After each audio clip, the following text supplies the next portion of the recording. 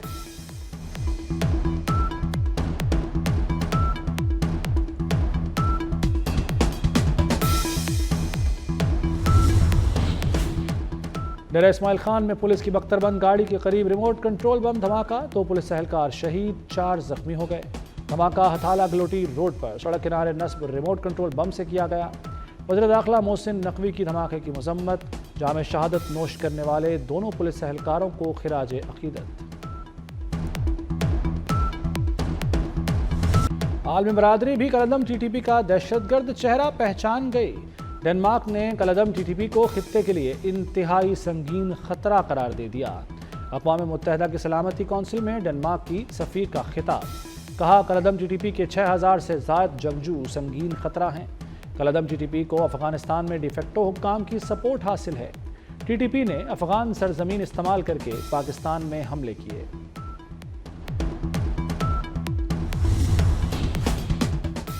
کوٹدو میں ٹک ٹاکر ویلا منڈا کے والد بازیاب، پولیس مقابلے میں 5 اغواکاروں میں سے 4 ہلاک، ایک اغواکار تاریکی کا فائدہ اٹھاتے ہوئے فرار۔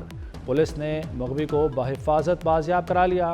شہزاد عرف ویلا منڈا کی DPO مظفر گڑھ سے ملاقات، والد کی بازیابی پر DPO اور پولیس ٹیم سے اظہار تشکر۔ برازیل میں کوپ 30 کانفرنس کے پویلین میں آگ بھڑک اٹھی، لوگوں کو آگ سے متاثر حصے سے باہر نکال لیا گیا۔ آگ کے باعث کوپ 30 میں آج کے تمام پروگرام منسوخ کر دیے گئے۔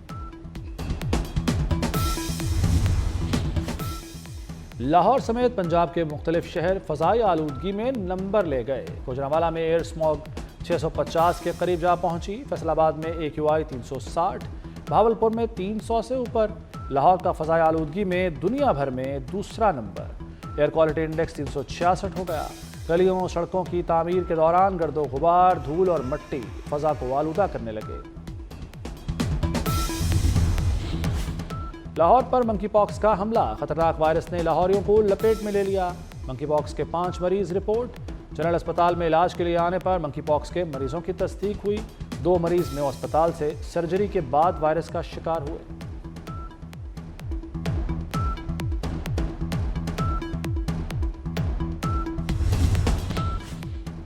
اسلام آباد ہائی کورٹ کے 4 ججز کی 27ویں ترمیم کے خلاف درخواست، سپریم کورٹ برانچ کا ججز کی درخواست وصول کرنے سے انکار۔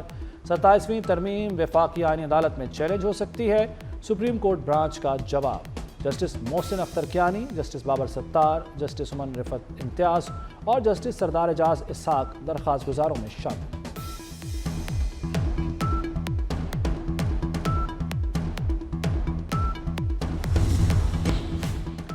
سندھ کابینہ نے 14 انسداد منشیات عدالتوں کے قیام کی منظوری دے دی۔ کراچی میں ایم اے جناح روڈ پر سندھ IT ٹاور بنے گا۔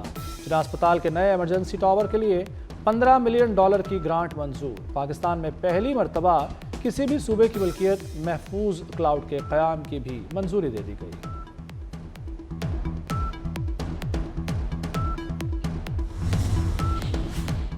شاہدرہ سے رائیونڈ تک ریلوے ٹریک کا منصوبہ، پنجاب حکومت نے گرین زون منصوبے کی منظوری دے دی۔ گرین زون منصوبے کے لیے ٹینڈرز جلد طلب کیے جائیں گے۔ گرین زون میں 30 نئے پارک بنائے جائیں گے۔ سپورٹس فٹنس کی سہولیات بھی میسر ہوں گی۔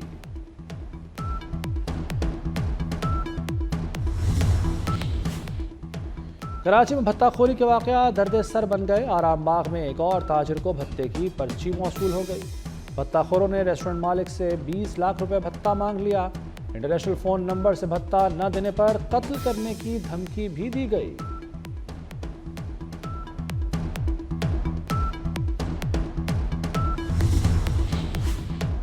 امریکی صدر ٹرمپ نے روس یوکرین امن منصوبے کی منظوری دے دی۔ 28 نکاتی امن منصوبے میں یوکرین میں امن اور سیکیورٹی گارنٹی شامل۔ امریکی میڈیا کے مطابق امریکی خصوصی ایلچی اسٹیو وٹکوف نئے منصوبے کی قیادت کریں گے۔ امن منصوبے کے تحت یوکرین کو اراضی اور کچھ اسلحے سے دستبردار ہونا پڑے گا۔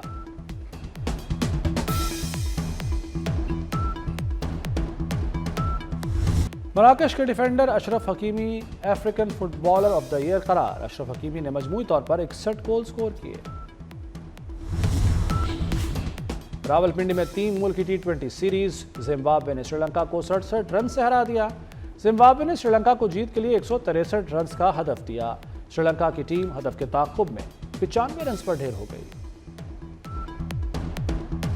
اور کم عمر سوشل میڈیا صارفین سے متعلق میٹا کا بڑا فیصلہ۔ آسٹریلیا میں 16 سال سے کم عمر صارفین کے اکاؤنٹ بند کرنے کا اعلان۔ فیصلہ آسٹریلوی حکومت کی جانب سے سخت قوانین کے بعد سامنے آیا۔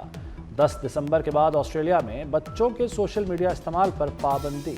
خلاف ورزی کرنے والی کمپنی پر $50 ملین جرمانہ ہوگا۔